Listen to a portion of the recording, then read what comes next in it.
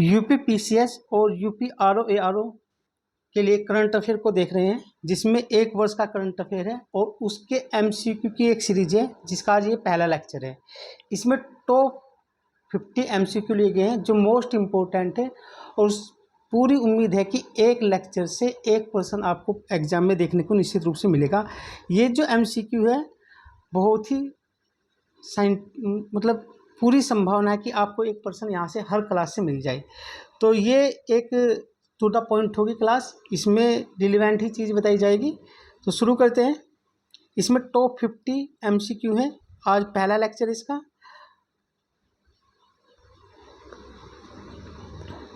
यहाँ पर ये प्रश्न दिया गया है, इसमें आपको बताना सही आंसर क्या है।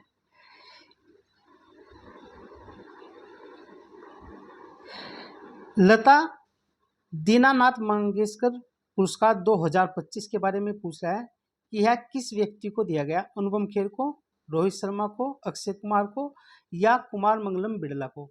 आप बताएं इसका सही आंसर क्या है। आप कमेंट में भी बता सकते हैं कि इसका आंसर क्या है। जो यह पुरस्कार है 2025 का लता दीनानाथ मंगेशकर पुरस्कार 2025, यह कुमार मंगलम बिरला को दिया गया है। किसको दिया गया है? कुमार मंगलम बिरला को। और आप इसकी जो पीडीएफ है, इस वीडियो के डिस्क्रिप्शन में आपको लिंक मिल जाएगा टेलीग्राम चैनल का, वहां से जाके ये पीडीएफ डाउनलोड कर पढ़ सकते हैं। करंट अफेयर बहुत ही इंपॉर्टेंट है, चाहे वो एग्जाम यूपी पीसीएस का हो या आरओ का हो। लगभग 30 से 35 वर्ष क्वेश्चन आते हैं, तो उसमें जिस तरह का पैटर्न चेंज हो रहा है उसी के आधार पर ये क्वेश्चन लिए गए हैं। तो यहाँ पर आंसर क्या है हमारा? कुमार मंगलम बिरला को दिया गया है पुरस्कार। नेक्स्ट देखते हैं। Times Higher Education Asia ranking 2025 में भारत के किस संस्थान को शीर्ष स्थान प्राप्त हुआ है? IIT Mumbai, IISc Bangalore, IIT Guwahati, IIT Pune. इसमें जो ये पुरस्कार दिया गया है टाइम्स का, ये एक रैंकिंग प्रदान करती है इंस्टीट्यूट को। तो इसमें भारत के जो बेंगलोर में Indian institute of sciences Bangalore को यह प्रदान किया गया है। तो इसका सही आंसर क्या है? बी। नेक्स्ट देखते हैं। गुरुदेव कालीचरण ब्रह्म पुरस्कार, यह पुरस्कार किस व्यक्ति को दिया गया? पी शिवकामी को, सुदर्शन पटनायक को, अच्युत सामंत को, राणा दास गुप्ता को। बताओ आप इसका सही आंसर क्या है। सुदर्शन पटनायक कौन है? ये उड़ीसा के हैं जो रेत पे अपनी कलाकारी करते हैं, सुदर्शन पटनायक हैं। मगर इनको पर ये जो पुरस्कार दिया गया है अच्युत सामंत को प्रदान किया गया है। किसको? अच्युत सामंत को। तीसरा इसका सही आंसर है। नेक्स्ट देखते हैं। ISSF विश्व कप 2025 में भारत ने 7 पदक जीते, जिसमें 2 गोल्ड, 4 रजत और 1 कांस्य। तो कभी कभी ये पुरस्कार भी पूछ सकता है कि भारत को कितने पुरस्कार मिले, 60 टोटल, और उनमें से गोल्ड कितने थे, रजत कितने थे, कांस्य कितने थे। तो इतने पुरस्कार प्राप्त करने के बाद इस प्रतियोगिता में भारत का क्या स्थान रहा है? दूसरा, तीसरा, पहला या चौथा? कौन सा स्थान रहा है बताएं। इसमें इसका स्थान रहा है, तीसरा स्थान रहा है। क्या रहा है? तीसरा। तो हमारा आंसर बी है, यानी कि हमें यहाँ पर इंडिया को इस प्रतियोगिता में 3rd स्थान प्राप्त हुआ। और इसमें 7 पुरस्कार मिले, जिसमें 2 गोल्ड थे, 4 कौन से थे? सिल्वर और 1 ब्रोंज। तो ये एक पुरस्कार की इस तरह से विवरण है। क्योंकि यूपी पीसीएस में जो क्वेश्चन आते हैं वो कंसेप्चुअली कम आते हैं, फैक्चुअली ज़्यादा होते हैं, और आरओ में तो उससे भी ज़्यादा फैक्चुअल पूछता है। यहाँ तक कि जो आरओ की परीक्षा 2024 में हुई थी उसमें इतने फैक्चुअल क्वेश्चन थे, करंट के सारे क्वेश्चन ही फैक्चुअल थे, और करंट के जितने क्वेश्चन पूछे गए थे उनमें 50% डेट से संबंधित थे। यानी कि अगर कोई युद्ध अभ्यास हुआ है तो उनके डेट किस क्रम में है, कोई व्यक्ति अगर भारत आया, प्रधानमंत्री, राष्ट्रपति विदेश का, तो उसका क्रम क्या है, दिवस है तो उनका क्रम क्या है, कोई योजनाएं शुरू की गई है तो उनका क्रम क्या है, इस तरह से कोई सम्मेलन है तो उनका क्रम है क्या है। यानी कि 10% लगभग डेट बेस्ड थे। तो यहाँ पर डेट को भी सम्मिलित किया जाएगा ताकि आपका एक भी प्रश्न ना छूटे। किस राज्य के युद्ध स्मारक परिसर में खोंगजोम दिवस मनाया गया? या ये एक राज्य है, आपके सामने दिए गए नॉर्थ ईस्ट के सभी राज्य हैं, उसका जो युद्ध स्मारक परिसर है उसमें खोंगजोम दिवस मनाया गया है। तो कौन सा राज्य है इसमें से बताइए आप। मणिपुर, मिजोरम, मेघालय या त्रिपुरा? इसमें सही आंसर है मणिपुर। और आप जानते हैं मणिपुर राज्य में ही एक झील है, कौन सी? लोकटक झील, जिसमें विश्व का एकमात्र तैरता हुआ उद्यान है। और वहीं पर थामिन एक वो मिलता है, एक तरह से हिरन की एक प्रजाति मिलती है, केवल वहीं पर उसी में ही मिलती है। उस झील में तैरता हुआ उद्यान है जिस पर वो है पशु पाया जाता है। तो यहाँ पर कौन सा है? मणिपुर। नेक्स्ट देखते हैं।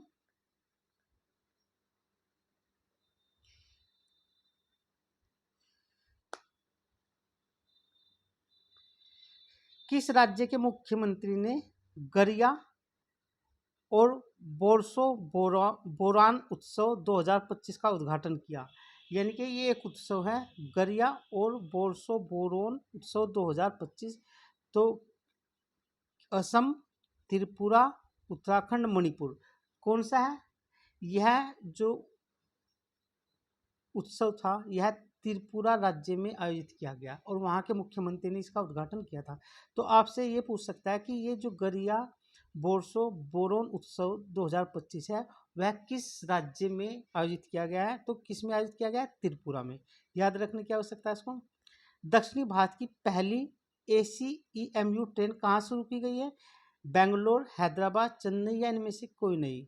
यह जो ट्रेन शुरू की गई है यह शुरू की गई बेंगलुरु में। कहाँ पर शुरू की गई है? बेंगलुरु। और बेंगलुरु कहाँ पर है? कर्नाटक में। नेक्स्ट देखते हैं। 23 अप्रैल, आपको डेट याद रखना बहुत जरूरी है क्योंकि 10 क्वेश्चन और में कम से कम डेट से संबंधित थे 2024 के एग्जाम में।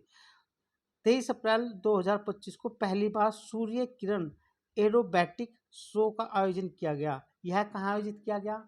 यह आयोजित किया गया पुणे, जोधपुर, पटना या कोलकाता में। पहली बार आयोजित किया गया उस राज्य में। और यह राज्य कौन सा है हमारा? यह राज्य हमारा, इसमें से बताइए सही आंसर क्या है? यह आयोजित की गई पटना में। कहाँ से? पटना में। पटना में इसका आयोजन किया गया है। और ये एक एयरफोर्स से संबंधित अभ्यास है। किससे? एयरफोर्स से। तो वहाँ पर आयोजित किया गया है इसको, सूर्य किरण को। किस राज्य ने पिंक ई रिक्शा योजना शुरू की? यह राज्य कौन सा है? बिहार, महाराष्ट्र, उड़ीसा या इनमें से कोई नहीं। पिंक ई रिक्शा योजना, पिंक यानी कि इस रिक्शा को महिलाएं चला सकती हैं, उसके लिए शुरू किया गया अभियान है। एक तरह से महिला का सशक्तिकरण और उसका आर्थिक स्वायत्ता प्रदान करने का इसका उद्देश्य है। तो यह महाराष्ट्र राज्य ने शुरू की गई। पिंक ई रिक्शा योजना शुरू की गई है महाराष्ट्र राज्य द्वारा। तो नेक्स्ट देखते हैं। सऊदी अरब में आयोजित 6ठी एशियाई अंडर 18 एथलेटिक चैंपियनशिप 2025 में भारत ने कुल 11 पदक जीते हैं। कितने जीते हैं? 11 पदक। तो इन पदकों के साथ भारत का कौन सा स्थान था? पहला, पांचवा, छठा या दूसरा? कौन सा स्थान था इसमें से?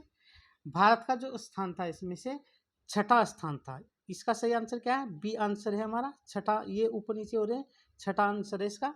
और कितने पदक हासिल किए इसमें? भारत ने 11। और कहाँ पर आयोजित की गई है? सऊदी अरब में। कौन सी थी? छठी। तो नेक्स्ट देखते हैं।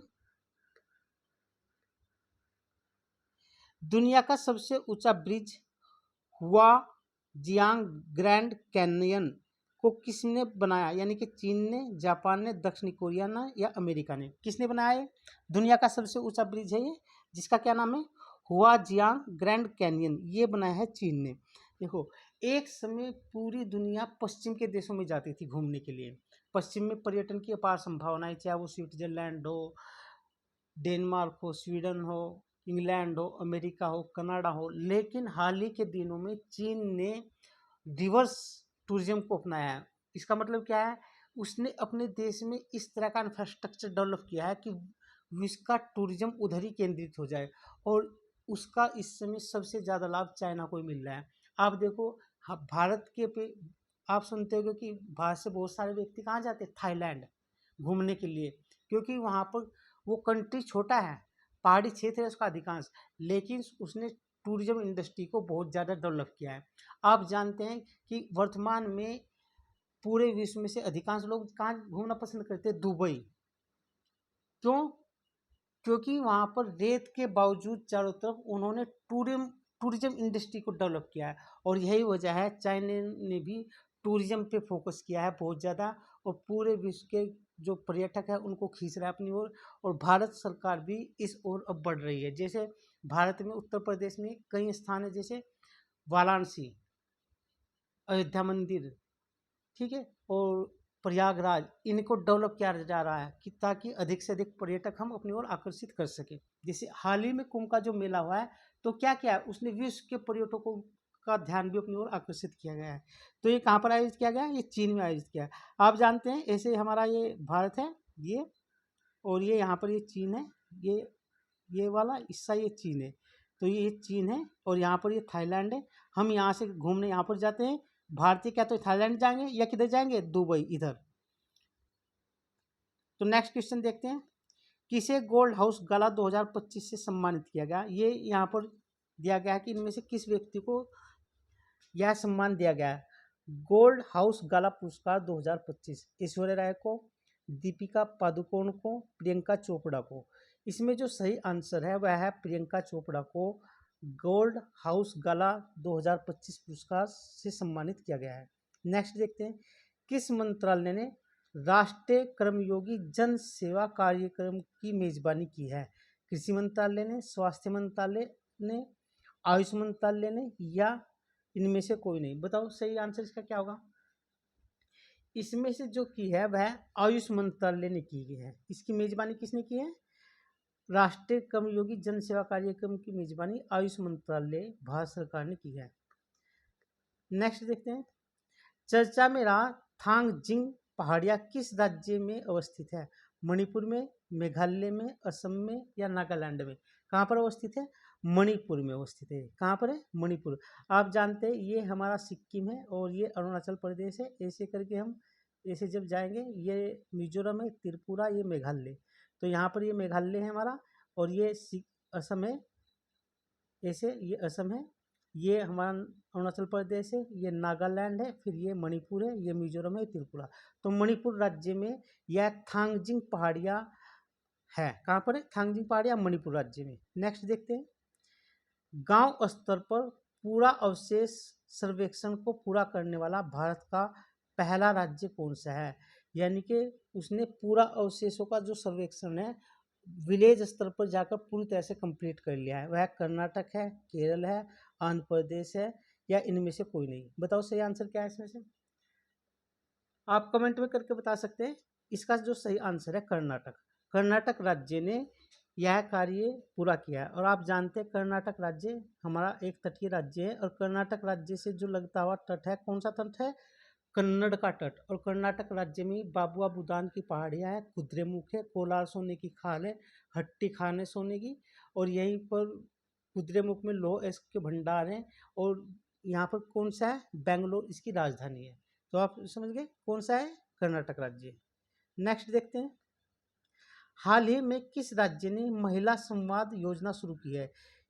यानी कि महिलाओं में सशक्तिकरण के लिए, उनको राजनीतिक रूप से सशक्त करने के लिए, आर्थिक सशक्तिकरण के लिए, और एसडीजी 5 जो है, एसडीजी 5 वो क्या है? लैंगिक समानता की बात करता है, उसको बढ़ावा देने के लिए किस राज्य ने महिला संवाद योजना महिला संवाद योजना शुरू की है? वह है राज्य है हरियाणा, झारखंड, उड़ीसा, बिहार। इसमें से कौन सा है? वह राज्य हमारा है बिहार राज्य। बिहार राज्य ने महिला संवाद योजना शुरू की है। और आपको अभी बताया भी था, सूर्य किरण एरोबेटिक का आयोजन भी बिहार के पटना में ही हुआ था। तो इसमें सही आंसर कौन सा है? डी आंसर है। नेक्स्ट देखते हैं,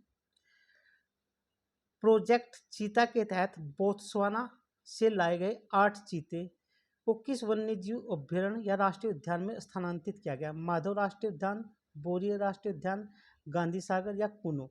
इसको किया गया है गांधी सागर, और यह मध्य प्रदेश में है। और बोत्सवाना कहाँ पर है? बोत्सवाना अफ्रीका महाद्वीप का एक देश है, वहाँ से चीते लाए गए हैं। और कितने चीते लाए गए हैं? 8 लाए गए हैं।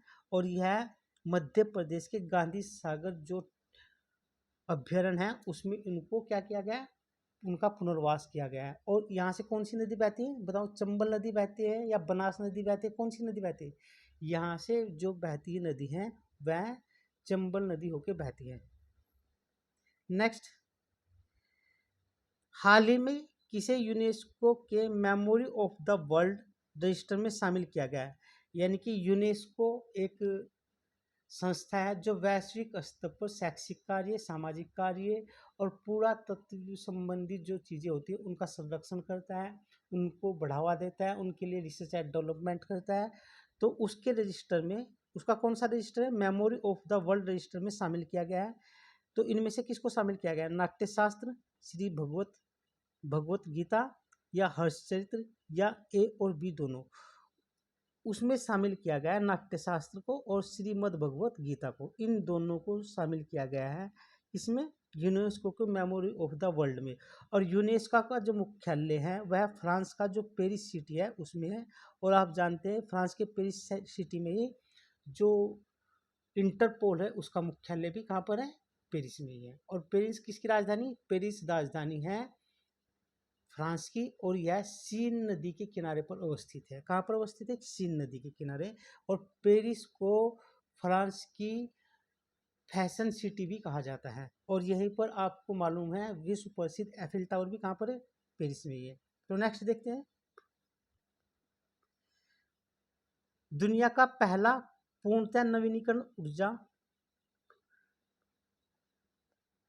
दुनिया का पहला पूर्णतः नवीनीकरण ऊर्जा से चलने वाला शहर कौन सा है? यानी कि ऐसा सिटी जिसकी सारी ऊर्जा की जरूरतें किससे प्राप्त होती है? नवीनीकरण ऊर्जा से, न कि तापीय ऊर्जा से।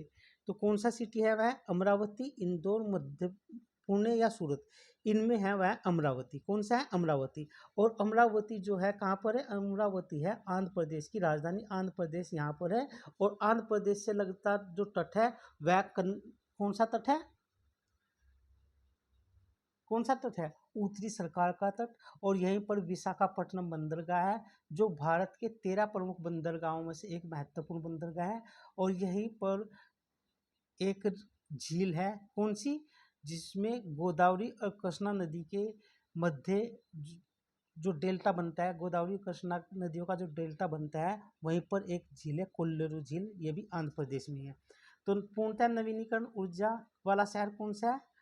अमरावती। यानी कि इस सिटी की सभी ऊर्जा आवश्यकताओं की पूर्ति हम किससे कर रहे हैं? नवीनीकरण ऊर्जा स्रोतों से। कौन कौन से उसमें स्रोत आते हैं? उसमें सौर ऊर्जा आती है, पवन ऊर्जा आती है, जैव ऊर्जा आती है, भूतापीय ऊर्जा आती है, इस तरह से। और जो पेट्रोल से हमें ऊर्जा प्राप्त होती है या कोयले से जो ऊर्जा प्राप्त होती है वह कैसी होती है? जीवाश्मी ऊर्जा, जिसकी वजह से आज ग्लोबल वार्मिंग बढ़ रही है। भारत का पहला क्वांटम कंप्यूटिंग गांव कहाँ स्थापित किया गया? चेन्नई में, बेंगलुरु में, अमरावती में, या इनमें से कोई नहीं? इसका जो सही आंसर है वो आपको बताना है। कहाँ पर किया गया? यह क्वांटम कंप्यूटिंग गांव, क्या सिटी की बात कर रहा है, गांव की बात कर रहा है, वह आंध्र प्रदेश के अमरावती में स्थापित किया गया है। और अमरावती में ही, क्या बताया था अभी आपको? अमरावती में ही कोई, अभी आपसे कहा था कि पूरी तरह से नवीनीकरण ऊर्जा से चलने वाला सिटी है, और यह आंध्र प्रदेश की राजधानी है। नेक्स्ट देखते हैं, हाल ही में कहाँ से शहनाई को जीआई टैग दिया गया है?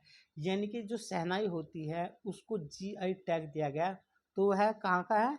इन उत्तर प्रदेश के जो सिटी है इनमें से किसी एक का है, मथुरा का, बनारस का, अयोध्या का, या प्रयागराज का। ये हमारे जो चारों सिटी हैं ये पर्यटन की दृष्टि से विश्व स्तरीय हैं, और इसी की वजह से उत्तर प्रदेश में पर्यटन की लगातार भूमिका बढ़ती जा रही है। और पर्यटन न केवल एससी में आता है मेंस में, जबकि यह फोर्थ पेपर, फर्स्ट पेपर और पांचवा जो छठा पेपर है वहाँ पर भी पर्यटन से संबंधित क्वेश्चन पूछे जाते हैं। तो यह जो शहनाई को जीआई टैग दिया गया है वह बनारस से संबंधित शहनाई है, इसी को जीआई टैग दिया गया है। और ऐसे उत्तर प्रदेश में बहुत सारे वे हैं जिनको जीआई टैग दिया जाता है। तो आपको बताना कि और कौन कौन से हैं जिनको हाल ही के वर्षों में जीआई टैग मिला है। नेक्स्ट देखते हैं, अर्थव्यवस्था को बढ़ावा देने के लिए हरित क्रिप्टो करेंसी अपनाने की घोषणा की। यानी कि वो कौन सा देश है जो अपनी अर्थव्यवस्था को बढ़ाने के लिए हरित क्रिप्टो करेंसी अपनाने की बात कर रहा है? वह देश है बांग्लादेश, श्रीलंका, नेपाल या भूटान। इसमें से जो सही आंसर है भूटान है। और भूटान एकमात्र देश है पूरे विश्व का जो अपनी आर्थिक विकास को खुशहाली सूचकांक के आधार पर मापता है। हम तो मापते किसके आधार पर? जीडीपी के पर, लेकिन वो किससे मापता है? आर्थिक खुशहाली, मेरे देश के नागरिक कितने खुश है तो इसी के अनुसार मेरे देश की तरक्की होगी। तो उसी ने ही ग्रीन क्रिप्टो करेंसी को अपनाने की घोषणा की है भूटान ने। और भूटान की राजधानी क्या है? थिम्पू है। जैसे हम यहाँ पर जाएंगे सिक्किम, ये हमारा अरुणाचल प्रदेश, तो ये भूटान है यहाँ पर, ये भूटान, और इसी के पर ये चीन। तो नेक्स्ट देखते हैं, 23वें विधि आयोग के अध्यक्ष कौन हैं? हिमा कोहली, एच.जी.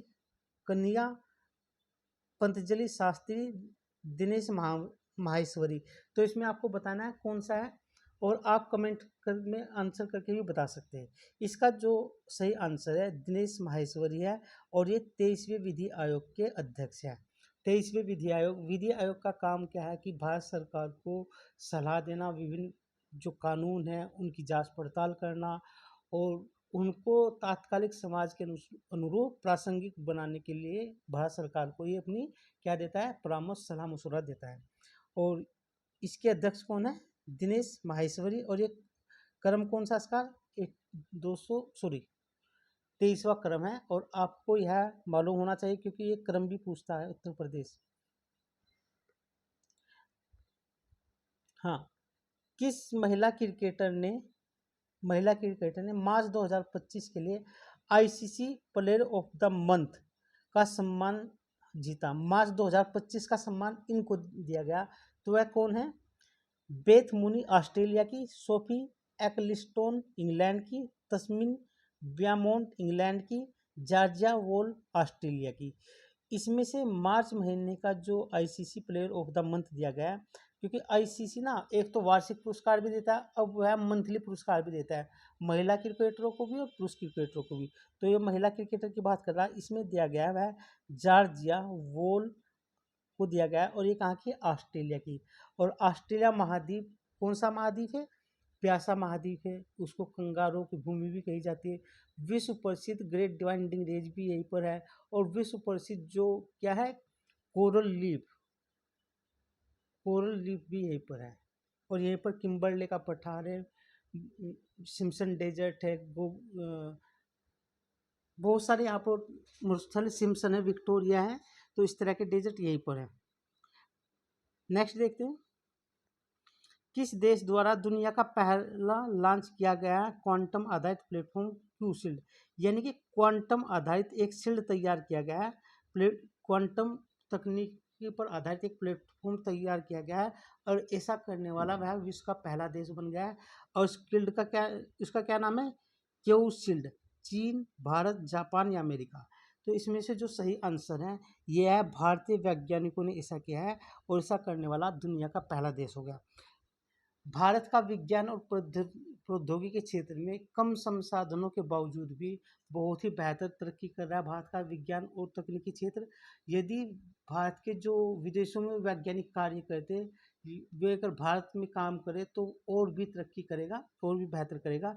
लेकिन इसके बावजूद भी भारत विश्व के जो टॉप कंट्री हैं विज्ञान के क्षेत्र में, चाहे वो यूएसए हो, रसिया हो, चाइना हो, इनको टक्कर दे रहा है। तो ये ध्यान रखने की आवश्यकता है। तो नेक्स्ट क्वेश्चन देखते हैं, भारतीय निशानेबाज अर्जुन बाबुट्टा, क्या नाम है इनका? अर्जुन बाबुट्टा ने ISSF विश्व कप निशानेबाजी 2025 में कौन सा पदक जीता? स्वर्ण, रजत, कांस्य या इनमें से कोई नहीं? तो कौन सा जीता इसने? इसने जो जीता है रजत पद जीता है, रजत पदक जीता है, और उनका क्या नाम है? अर्जुन बाबुट्टा है, और यह निशानेबाजी से संबंधित है, और रजत पदक इन्होंने हासिल किया है। नेक्स्ट देखते हैं, बिहार की मेजबानी में महिला कबड्डी विश्व कप 2025 का आयोजन कहाँ किया जाएगा? पहली बार, मेरा मतलब बिहार राज्य में महिला कबड्डी का विश्व कप आयोजित किया जा रहा है, तो वह आयोजित किया जाएगा पटना में, मोकामा, राजगीर, वैशाली, किस जगह आयोजित किया जाएगा? बताइए इसका सही आंसर।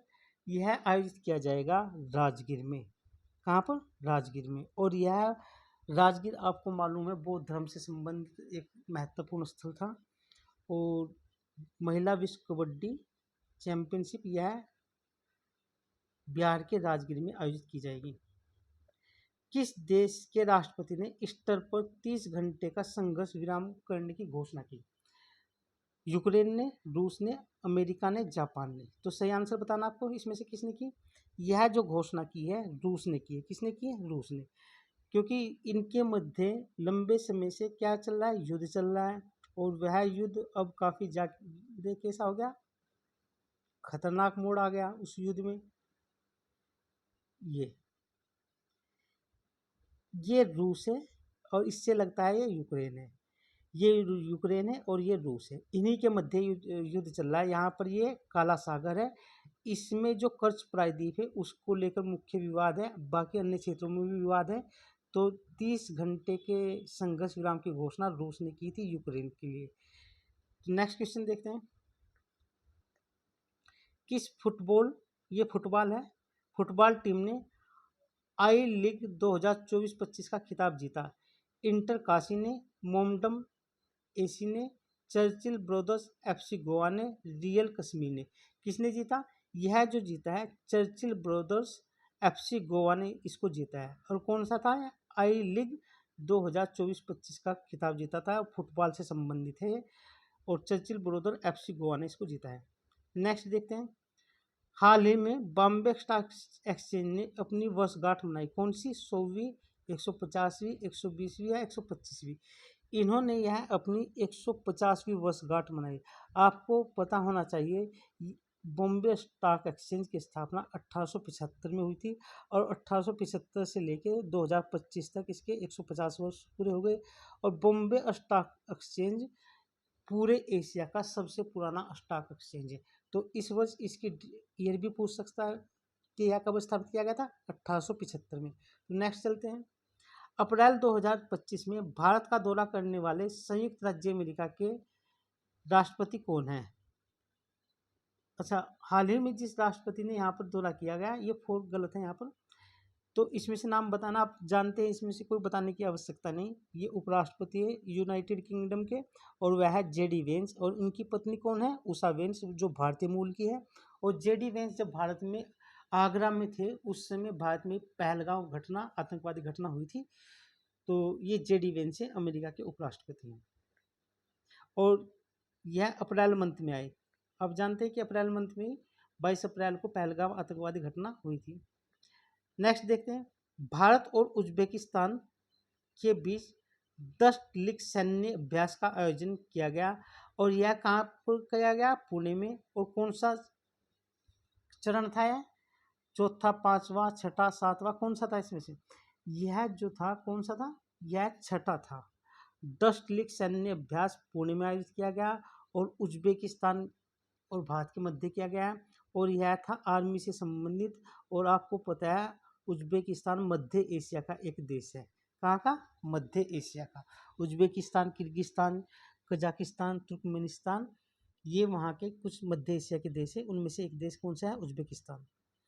तो आपको इसकी राजधानी बतानी है उज्बेकिस्तान की। कमेंट बॉक्स में क्या है? किस टीम ने hockey India senior main national championship 2025 का खिताब जीता? पंजाब ने, रेलवे ने, सेना ने या उड़ीसा ने? Hockey India senior main national championship का जो खिताब जीता है वह जीता है पंजाब राज्य ने। किसने जीता है? पंजाब राज्य ने। नेक्स्ट देखते हैं। 21 अप्रैल 2025 को बहुराष्ट्रीय हवाई युद्ध अभ्यास डेजर्ट फ्लैग 10 कहाँ आयोजित किया गया? 21 अप्रैल को यह आयोजित किया गया और यह मल्टी नेशन था, यानी कि इसमें बहुत सारे देशों ने हिस्सा लिया और इसका नाम था डेजर्ट फ्लैग 10। यह आयोजित किया गया है। इन जगह का नाम बताना है। अल दफरा एयरबेस यूएई, अल उदीद एयरबेस कतर, इंसिरलिक एयरबेस तुर्की, इनमें से कोई नहीं। तो ये कौन सा है इसमें से? अल दफरा एयरबेस यूएई, इसमें यहाँ पर आयोजित किया गया। तो बहुत इंपॉर्टेंट है, इस बार ये आने की पूरी संभावना है। नेक्स्ट देखते हैं। 15 अप्रैल 2025 को भारत के किस राज्य ने अपना 77वां स्थापना दिवस मनाया? पश्चिम बंगाल, अरुणाचल प्रदेश, हिमाचल या तमिलनाडु? इसमें से जो सही आंसर है वह है अरुणाचल प्रदेश ने हाल ही में अपना 77वां स्थापना दिवस मनाया। नेक्स्ट देखते हैं। मिसेज ग्लोब इंटरनेशनल का जो खिताब है किसने जीता और वह कौन सी भारतीय महिला थी, और ऐसा खिताब जीतने वाली वह पहली भारतीय महिला है। कौन सी है? सीमा कुशवाहा, अनुराधा गर्ग, कृति सुरेश या मीना यादव। बताना है इसमें से कौन सा है। इसका जो सही आंसर है अनुराधा गर्ग ने यह खिताब जीता है, मिसेज ग्लोब इंटरनेशनल, और ऐसा खिताब प्राप्त करने वाली वह भारत की पहली महिला हो गई है। संजीव खन्ना के स्थान पर भारत के नए न्यायाधीश कौन बने? Justice Suryakant, justice B R. Gavai, justice Vikram Nath, justice एच.जे. Kania. तो वह जो भारत के नए सीजीआई बने, चीफ जस्टिस ऑफ इंडिया, उनका नाम है जस्टिस बी.आर. गवई, और यह भारत के क्रम के अनुसार 52वें मुख्य न्यायाधीश है भारत के। कौन से? 52वें। तो इनका क्रम भी पूछ सकता है, और यह भी पूछ सकता है संजीव खन्ना के स्थान पर किसको नया सीजीआई बनाया? Justice B R. गवई को। तो नेक्स्ट देखते हैं, यूनेस्को द्वारा हाल ही में कितने स्थलों को ग्लोबल जियोपार्क नेटवर्क में शामिल किया गया? यूनेस्को आप जानते हैं इसका मुख्यालय कहाँ पर है? पेरिस में। और पेरिस में किसका मुख्यालय आपको बताया? इंटरपोल का भी। और एक संगठन OECD, उसका मुख्यालय भी पेरिस में ही है। पेरिस में ही विश्व प्रसिद्ध एफिल टावर है। फ्रांस की राजधानी पेरिस है, और पेरिस को फैशन नगरी भी कहा जाता है, चौड़ी सड़कों के लिए प्रसिद्ध है बहुत ज़्यादा। और हमारा जो राफेल एयरक्राफ्ट है वह भी हमने डसोल्ट कंपनी से लिया है, और डसोल्ट कंपनी फ्रांस की है, और इसका जो मुख्य केंद्र कारखाना है इसका राफेल का वह है टुलूस में। कहाँ पर है? टुलूस। टुलूस भी फ्रांस का एक सिटी है। वहाँ पर जहाज़ों की असेंबलिंग होती है, यानी कि जहाज़ों के जो पुर्जे होते हैं उनको आपस में जोड़ा जाता है। तो इस नेटवर्क में यूनेस्को ने ग्लोबल जियो पार्क नेटवर्क में 10 स्थानों को शामिल, सॉरी कितने स्थानों को शामिल किया है? 16 स्थानों को शामिल किया गया है। तो इसका सही आंसर कितना है? सी, 16 स्थानों को शामिल किया गया है। 14 अप्रैल को किस महापुरुष की जयंती मनाई जाती है? बहुत आसान प्रश्न है, बताना आपको। यह है डॉक्टर भीमराव अंबेडकर की जो जयंती है वह 14 अप्रैल को मनाई जाती है। ध्यान रखना है। इजराइल हमले में दोनों हाथ गंवाने वाले गाजा के फिलिस्तीनी लड़के, गाजा का एक नागरिक था जो फिलिस्तीन मूल का था, उसका नाम है महमूद अजोर, की तस्वीर के लिए 2025 का world press photo of the year से इसे सम्मानित किया गया। तो किसे मिला है पुरस्कार? मसूर अल मंसूर को, समर अब्बू अलाफ को, मोहम्मद सलेम को, या इनमें से किसी को नहीं। किसको मिला है? समर अब्बू अलाफ को यह पुरस्कार दिया गया है, सम्मान। यानी कि इसके दोनों हाथ गवा चुका था ये अपने, और उसकी जो तस्वीर किसी भी फोटोग्राफर ने खींची तो उस फोटो को यह पुरस्कार मिला है। उनका नाम क्या है? समर अब्बू अलाफ है। और आप जानते हैं यहाँ पर उसका मैप देखना बहुत इम्पोर्टेंट है। ये हमारा कुछ इस तरह से है, ये यहाँ पर हमारा सिनाई प्रायद्वीप है, और ये लाल सागर है, ये फारस की खाड़ी ऐसे ये। तो यहाँ पर ये है हमारा कौन है? इजराइल। इजराइल से एक ऊपर जॉर्डन है, इधर जॉर्डन है, सीरिया है, लेबनान है, ये इससे लगते हुए देश है इजराइल से, और इधर मिस्र भी। तो यहीं पर एक तरफ इसका गाजा पट्टी है और एक तरफ वेस्ट बैंक है। तो यहीं पर फिलिस्तीन और इजराइल में आपस में काफ़ी लंबे समय से संघर्ष चलता रहता है। और यह जो एक स्थान है यहाँ पर ही एक चोटी है जो सिनाई प्रायद्वीप है। यहाँ सिनाई प्रायद्वीप की सबसे ऊंची चोटी की कौन सी है? माउंट कैथरीन, और जो मिस्र में पड़ती है। तो नेक्स्ट चलते हैं, मर्ज सागर, खैर आगे बताएंगे अभी आपको। विश्व कप मुक्केबाजी में गोल्ड पुरस्कार पदक जीतने वाले प्रथम भारतीय पुरुष खिलाड़ी का क्या नाम है? अभी जो विश्व कप मुक्केबाजी हुई उसमें एक भारतीय खिलाड़ी है जिन्होंने पहली बार गोल्ड हासिल किया गया है, और वे पुरुष खिलाड़ी। तो उनका क्या नाम है? नवीन जोशी, लोकेश राणा, मनीष फोगाट या हितेश गुलिया। उसका जो सही नाम है हितेश गुलिया ने विश्व मुक्केबाजी में गोल्ड हासिल किया है पहली बार। वर्ल्ड इकोनॉमिक फोरम द्वारा यंग ग्लोबल लीडर 2025 किसे चुना गया? राम मोहन नायडू को, इमरान ताहिर को, दिनेश चटर्जी को, मोहित गांगुली को। यह जो पुरस्कार दिया गया है वर्ल्ड इकोनॉमिक फोरम द्वारा यंग ग्लोबल लीडर का पुरस्कार दिया गया। राम मोहन नायडू ये भारत के, उनको यह पुरस्कार दिया गया है। और किसने दिया गया? वर्ल्ड इकोनॉमिक फोरम द्वारा। किस खेल से संबंधित वंदना कटारिया ने हाल ही में संन्यास ले लिया? और ये वंदना कटारिया संबंधित थी हॉकी से, टेनिस से, क्रिकेट से या बैडमिंटन से? वंदना कटारिया जो संबंधित थी हॉकी से संबंधित थी, हॉकी की खिलाड़ी थी, और उन्होंने हाल ही में क्या ले लिया? संन्यास ले लिया। यहाँ पर देखते हैं,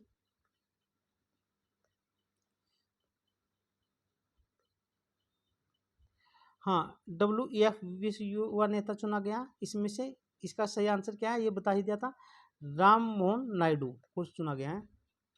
हाल ही में चर्चा में रहा बाबा बोकनाग सुरंग कहाँ पर स्थित है? छत्तीसगढ़ में, झारखंड में, मध्य प्रदेश में या उत्तराखंड में? बाबा बोकनाग सुरंग है उत्तराखंड राज्य में अवस्थित है। और आपको पता है उत्तराखंड राज्य की 2 राजधानी है, एक राजधानी देहरादून है, दूसरी राजधानी गैरसैंण है। इसी तरह से हिमाचल की भी 2 राजधानी है, एक राजधानी ग्रीष्मकालीन राजधानी, एक शीतकालीन राजधानी, एक शिमला है और एक का है मनाली है। जम्मू कश्मीर केंद्र शासित प्रदेश, लद्दाख केंद्र शासित प्रदेश की भी 2 राजधानी, 4 राज्य हिमालय राज्य जिनकी 2-2 राजधानी, और एक प्रायद्वीपीय भारत का एकमात्र राज्य है जिसकी भी 2 राजधानी। कौन? महाराष्ट्र। एक उसकी राजधानी मुंबई है, तो दूसरी राजधानी आपको बताना है। जैसे जम्मू कश्मीर की 2 राजधानी कौन सी? एक श्रीनगर और एक जम्मू, और लद्दाख की एक लेह और एक कारगिल। भारत किसके साथ मिलकर निशान मिशन को लॉन्च कर रहे हैं? जाक्सा, नासा, स्पेसएक्स या रोसकोमोस? यह जो मिशन है भारत नासा के साथ मिलकर लॉन्च कर रहा है। जाक्सा का जो वो सैटेलाइट एजेंसी है, अंतरिक्ष एजेंसी, वो जापान की, नासा अमेरिका की, स्पेस एक्स भी अमेरिका की है, और रोसकोमोस कहाँ की है? रूस की है। तो ये आपको नाम पता होना चाहिए किस किस देश की है। खेलो इंडिया यूथ गेम 2025 का जो शुभंकर है, क्या है उसका नाम? गुड़िया, गज सिंह, मोली या भीम? गज सिंह है। खेलो इंडिया यूथ गेम 2025 का जो शुभंकर है वह है गज सिंह। नेक्स्ट देखते हैं, मई 2025 में अंतर्राष्ट्रीय अंतरिक्ष स्टेशन की यात्रा करने वाले पहले भारतीय अंतरिक्ष यात्री कौन है? राकेश शर्मा, शुभांशु शुक्ला, जितेंद्र सिंह, गगनयान शर्मा? इसका जो सही आंसर है शुभांशु शुक्ला है। अंतर्राष्ट्रीय जो स्पेस स्टेशन है ये मान लिया हमारी पृथ्वी है, इस तरह से आप जानते हैं गोल है, तो यहाँ पर अंतरिक्ष में चारों तरफ एक सैटेलाइट घूमती रहती है, पृथ्वी के चक्कर लगाती रहती है, और इसी पे समय समय पर अंतरिक्ष यात्री जाते रहते हैं। जैसे हाल ही में सुनीता विलियम्स आई थी ना लौट के वहाँ से, तो इसी तरह से ये शुभांशु शुक्ला भी गए, और ऐसा करने वाले भारत के महत्वपूर्ण अंतरिक्ष यात्री हो गए। तो आज की जो क्लास है यहीं पर समाप्त होती है, और इससे डेफिनेटली आपको कई सारे क्वेश्चन मिलेंगे। और इसी तरह से हम एक ये MCQ की सीरीज है, आप इसको PDF है टेलीग्राम चैनल से जाके डाउनलोड करके पढ़ सकते हैं, बहुत इंपॉर्टेंट है।